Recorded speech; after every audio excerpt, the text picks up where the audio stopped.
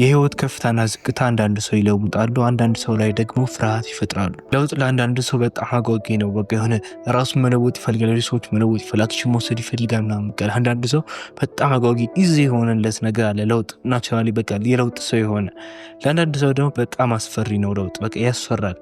እና በየትኛው ቦታ ላይ ሆነ የሚያጓጓውን ቦታ ላይ ወይም ይሄ በጣም የሚያስፈራ ቦታ ላይ ሁን አንድ መቀበል ያለብን እውነታ አለ በዚህ ህይወት ላይ። ለውጥ የህይወት ተፈጥሮ ነው። ካልተለወጥክ እንደነገርኩ ለውጥ የህይወት ህግ ስለሆነ ማርጀታችን እድሜያችን መቀየሩ ጊዜ መሄዱ ስለማይቀር ወይ መለወጥ ነው ወይ ደግሞ መውደቅ ነው ያለው አማራጭ። ለማስፈራት አይደለም ይሄንን የምለው። ላይክ እኔም ፐርሰናሊ ብዙ ማሸነፍ የምፈልጋቸው ነገሮች አሉ።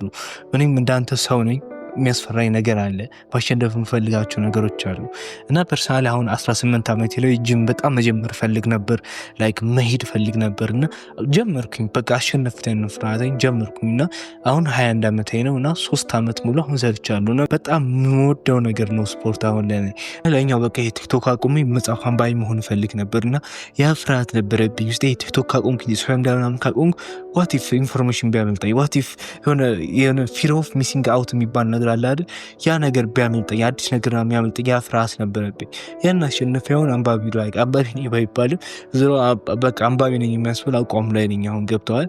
እና ሌሎች ነገሮችም አሉ። አሁን የኮምፒውተር ሳይንስ ተማሪ ነኝ እና ማጽናት አለብኝ እና ለፍርሃት ኦፍ ኮርስ ባጸና የሆነ አሪፍ ውጤት እንደማመጣ እያወቅኩኝ የሆነ ሚዝ ያ ፍርሃት ነገር አለ፣ ዋት ኢፍ የሚለው ፍርሃት የሆነ ነገር አለ እና አሁን ያንን ማሸነፍ ፈልጋለሁ እና በቅርቡ ያሸነፍኩት ለምሳሌ በዚህ ወር ያሸነፍኩት ነገር ለኔ ትልቁ ነገር ቢኖር ማለት ነው በዚህ መስከረም ከገባ በኋላ ቅዳሴ በጣም ፈራ ነበር። ላይ ቅዳሴ መሄድ በጣም የሚያስፈራኝ ነገር ነበርና ግን በቃ ሰውን በቃ በደንብ እየሄድኩበት ነው። ላይክ ወደ ለዚህ ሲያነሱ ያስቀደስኩ ነው እና በጣም ደስ የሚል ላይፍ ነው ይሄ ላይፍ።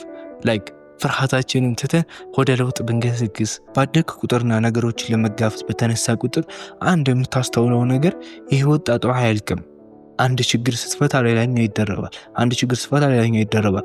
ለምሳሌ ኮንተንት ክሬተር መሆን ትፈልጋለህ፣ በቃ የሆነ ኮንተንት ቪዲዮ መስራት ትፈልጋለህ፣ ሰዎችን ረዳ ወይም ፈንም ሊሆን ይችላል፣ ዋትኤቨር ኮንተንት ብቻ መስራት ትፈልጋለህ። በዛ ላይም ፋይናንሻሊ ራስን መለወጥ ትፈልጋለህ እና ኢቭን ፋይናንሻሊም ራስን ለውጠህ ኮንተንትን በደንብ መስራት ጀምረህ ሰዎችን ኢቭን ራሱ የረዳ ችግር አለ፣ ኮሜንት ስድብ አለ፣ የምታስተናግደው በጣም ስድብ አለ ከውጭ ሰው ብላይ። አሁን ለምሳሌ ዝም ብለህ አሁን ፐርሰናሊ ዝም ያን ያህል ቫይራል የወጣው አይደለም። የአርቲስት ቫይራል አይለኝም፣ ግን የሆነ በቃ በወጣቶች ዘንድ ትኩረትና ወደ 200,000 ቪው በአንድ ቪዲዮ ላገኝ ይችላለሁ፣ ወደ 100,000 ቪው በወጣቶች ዘንድ የሚደርስ ምናምን በቃ ኢንስታግራም ላይ ራሱ 100,000 ቪው የደረሰ ቪዲዮ አለኝ እና ያ ሁሉ ምናምን እያደረኩኝ ማለት ነው። የሚገርመኝ ነገር በወጣቶች አሁን ኖርማል መንገድ ላይ ሲሄድ ምናምን ወጣቶች ሪኮግናይዝ ያደርጉኛል፣ ቤተክርስቲያን ምናምን ወጣቶች ያገኛል፣ ስፖርት ቤት ምናምን እያንዳንዱ ኮንተንት ክሬተር መሆኑን ያውቀዋል እና አም ጀስት ላይክ እያንዳንዱ ስቶሪ ያውቃሉ፣ ማወራውን ነገር ያውቃሉ ምናምን እና አንዳንድ ጊዜ ፍሪደም አይሰማም እና አንዳንድ ጊዜ የሆነ በቃ ድሮ ዘለህ ማለት ባልሳ ማድረግ የምፈልገውን ነገር ያን የሆነ ጣጣ ሊያመጣብህ ይችላል። በቃ እያንዳንዱን ስቶሪ የሚያቅሰው ምናምን ሲጠቋቁምበት ያለ። ለምሳሌ አሁን የምማርበት ኮሌጅ ውስጥ እንዳለ ያቆያል በቃ ውስጥ ስገባ ምናምን በቃ ሲጠቋቁምብህ ምናምን እንዳለ ያቆያል ኮንተንት ክሬተር መሆኔን እና አንድ ጣጣ ስትፈታ ሌላኛው ጣጣ ይመጣል። በወደድክት በቃ ያ ላይፍ ነው። ስፖርትም ለምሳሌ ስትጀምር ራሱ ማለት ነው። አሁን ስፖርት ጀምረ ምናምን ራስን ለውጠህ ምናምን እስቲል የሆነ በቃ የሰዎች ጀጅመንት አለ፣ ሻወር መውሰድ አለብህ፣ ልብስ ምናምን መቀየር አለብህ ምናምን እና አንድ ችግር ስትፈታ ሌላኛው ችግር ይመጣል። እና ምንድነው ማድረግ ያለብን ታዲያ? እንዴት እናደርግ ይሻላል? እዚህ ጋር ነው የቻይኒዞች ፊሎሶፈር ሞዶ እዚህ ጋር ነው በቃ በጣም ሞዶ ፊሎሶፊ ውስጥ መልቀቅም መማር ነው፣ ወይም ዘ አርት ኦፍ ሌቲንግ ጎ። መልቀቅ ማለት መተው አይደለም። በነገራችን ላይ መልቀቅ ማለት መተው አይደለም፣ ግን አንድ ነገር አድርገን መልቀቅ፣ በቃ ወደዛ ነገር አለመመለስ ወይም ወደፊትም አለመሄድ፣ ጀስት መልቀቅና ወደ ላይኛው ታስካችን በቃ ላይፍን ኢንጆይ ማድረግ። ያ ነው ምናምን ሀሳቤ እና እንደ ባታ የጠየቀ ያን ጊዜ ነበር እና ሴቶች ፊት እንደ ስሜት የምታያ ዊርድነስ ምናምን ስሜት የምታስወጣው ላይ ሴቶችን ካወራህ በኋላ ወይም ድንገት ብትገረጣ ምናምን እንዴት ያንን የሚያስጠላ የድብርት ስሜት ምናምን የሆነ ከተገረጣ ምናምን የሚያስጠላ ያ ስሜት እንዴት የምታስወግደው ምናምን አለኝ እና አጀስት የሆነ ስቶሪ በዚህ ውገራሱ ልጆች ጋር ጂም ወጥቼ ልጆች ጋር ኳስ እየተጫወትኩ ነበርና አንድ ልጅ ከታች ስትመጣ አየኋት። ከጎኗ እንዳለ አላስተዋልኩም። እሷን ብቻ እንዳስተዋሉ ፍላይቸሮች እስከምትወጣ ልትጫወት ያልኩኝ ከታች ነው ያየኋትና ከታች የመጣች እኔ ጋር ስትደርስ ዞር አልኩኝና አፕሮች ለማድረግ ሞከርኩኝ ወደ ሳዳ። ከጎኗ እናቷ አለች።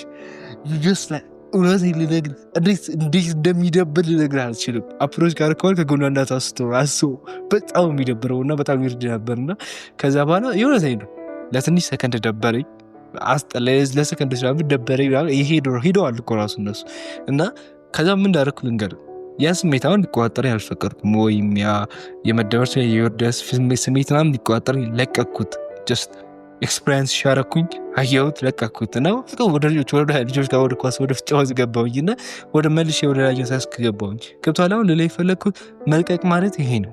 አንድ ነገር አድርገህ ለምሳሌ ኮንተንት ክሬሽን ላይ ያለህን ብል ያን ስራህን ሰርተህ ልቀቀው።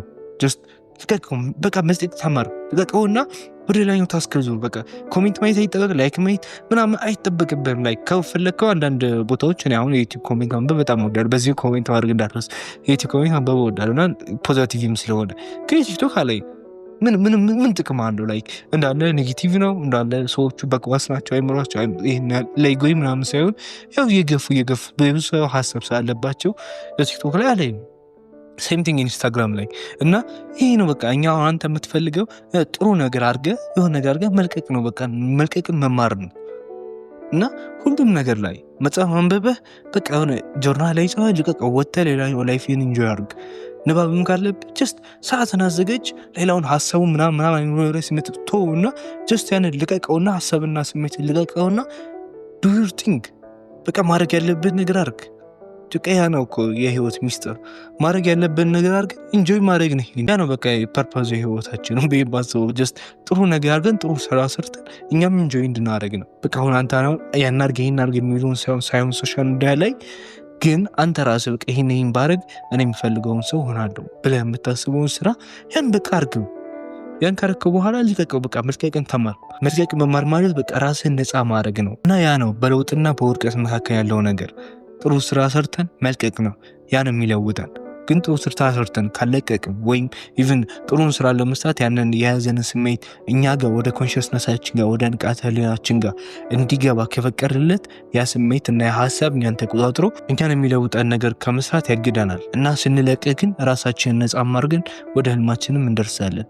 ነገ ፐርሰናል መገኘት ከፈለክ ዲስክሪፕሽን ላይ አለ። ላይክ፣ ሰብስክራይብ እስካሁን ካላደረክ በጣም አመሰግናለሁ።